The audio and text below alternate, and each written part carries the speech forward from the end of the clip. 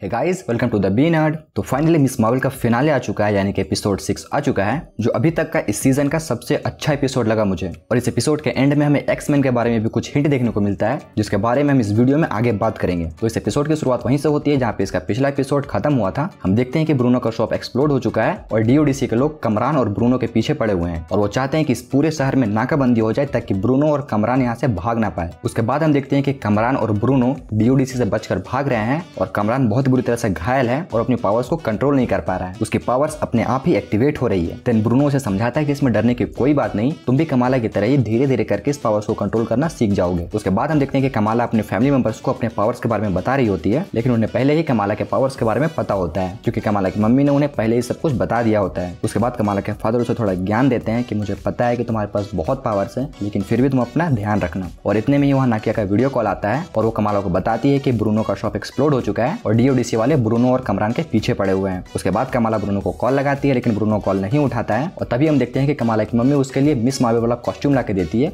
खुद से बना के, और कमाला उस सूट को पहनती है और निकल जाती है कमरान और ब्रूनो को ढूंढने के लिए। तभी हम देखते हैं कि कमरान और ब्रूनो भागते भागते मस्जिद पहुंच जाते हैं, लेकिन नाकिया उन्हें बोलती है कि तुम लोग यहाँ नहीं छुप सकते क्योंकि डिपार्टमेंट ऑफ डैमेज कंट्रोल और जेसीपीडी के लोग तुम्हारे पीछे हाथ धो के पड़े हुए हैं। तो जेसीपीडी का मतलब असल में जर्सी सिटी पुलिस डिपार्टमेंट होता है और नाकिया उन्हें बोलती है कि तुम दोनों स्कूल में छिप सकते हो क्योंकि आज सैटरडे है और स्कूल आज पूरा खाली होगा। लेकिन तभी वहाँ पे डीओडीसी के लोग आ जाते हैं और कमरान और ब्रूनो को पूरे मस्जिद में ढूंढने लगते हैं, लेकिन वो लोग उन दोनों को ढूंढ नहीं पाते क्योंकि शेख अब्दुल्ला उन दोनों को एक सीक्रेट जगह में छुपा देते हैं। उसके बाद जैसे तैसे करके कमरान और ब्रूनो वहां से बच के भाग जाते हैं। तभी कमाला उन दोनों को ढूंढ लेती है और वहीं पे हम देखते हैं कि कमरान अपने पावर्स को कंट्रोल नहीं कर पा रहा है और उसके अंदर से बहुत सारी एनर्जी एमिट हो रही है और इसी के साथ ही साथ उसे अपनी मम्मी की भी आवाज सुनाई देती है। उसके बाद हम देखते हैं कि कमाला करीम द रेड डैगर को कॉल करती है और उससे मदद मांगती है ताकि कमरान को यहाँ से निकाला जा सके। तभी करीम बोलता है कि ठीक है, तुम उसे लेकर हार्बर जाओ, मेरे लोग वहाँ पे होंगे, वो उसकी मदद करेंगे। उसके बाद वो लोग स्कूल पहुंचते हैं और नाकिया ऑलरेडी वहाँ पे पहुंची हुई होती है। उसके बाद हम देखते हैं कि नाकिया कमाला से गुस्सा है क्योंकि उसने इतनी बड़ी बात उसे छुपाई थी और तभी वहाँ स्कूल में डीओडीसी के लोग भी पहुंच जाते हैं। उसके बाद हम देखते हैं कि जोई भी वहाँ आ जाती है। जोई वही जिसकी पहले एपिसोड में कमाला ने जान बचाई थी और वो लोग पूछते हैं कि तुम यहाँ क्या कर रही हो, तो वो बताती है कि यहाँ स्कूल के थिएटर्स में लाइट बहुत अच्छे हैं, इसलिए मैं यहाँ टिकटॉक बनाती हूँ। और जोई शुक्रगुजार है कि कमाला ने उसकी जान बचाई थी और इसलिए अब वो भी उन लोगों की मदद करेगी। और वो सब मिलकर एक प्लान बनाते हैं कि हमें किसी भी तरह पुलिस को डिस्ट्रैक्ट करना होगा ताकि कमरान को यहाँ से निकाला जा सके।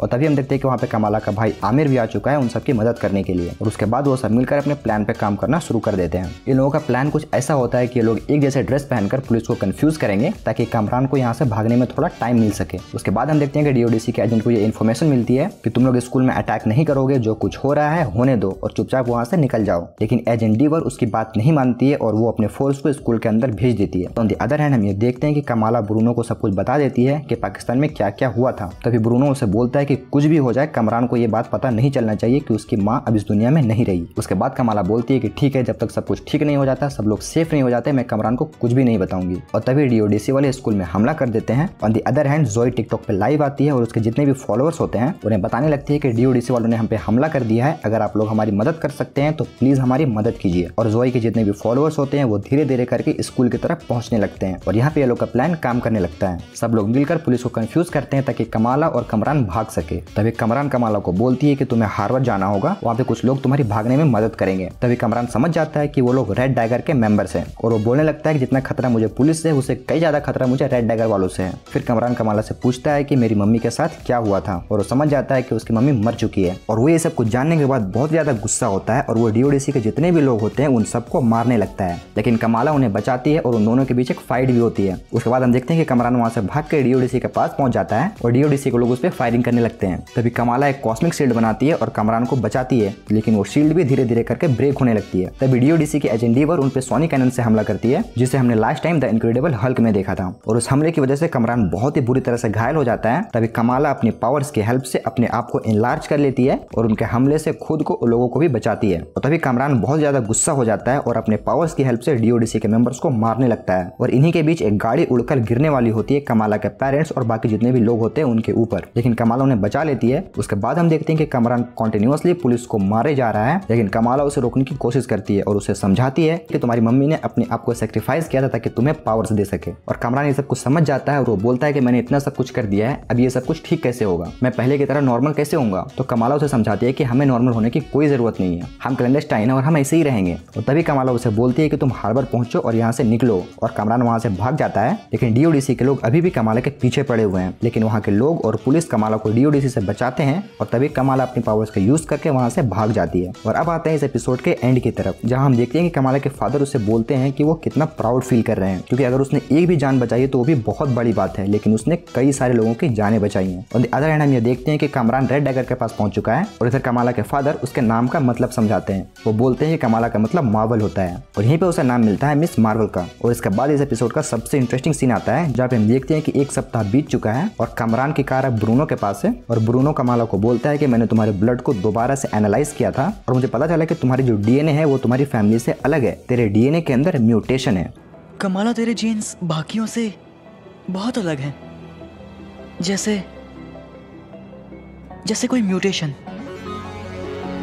और यहाँ पे हमें सबसे पहली बार MCU के अंदर म्यूटेशन वर्ड सुनने को मिला और इसी के साथ ही साथ हमें एक्समैन का म्यूजिक भी सुनाई देता है, बहुत ही छोटे टाइम के लिए लेकिन सुनाई देता है।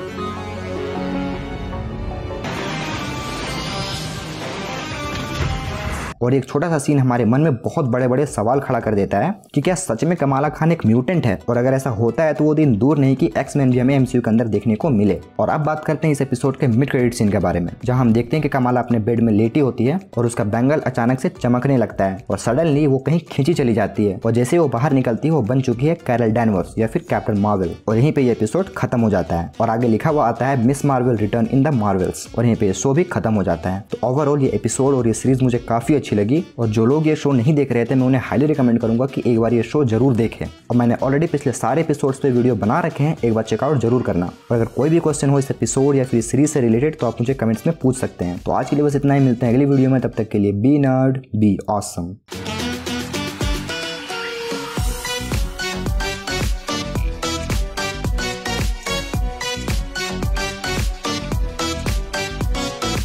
और ये एक छोटा सा, चुप हो जाए चिड़िया।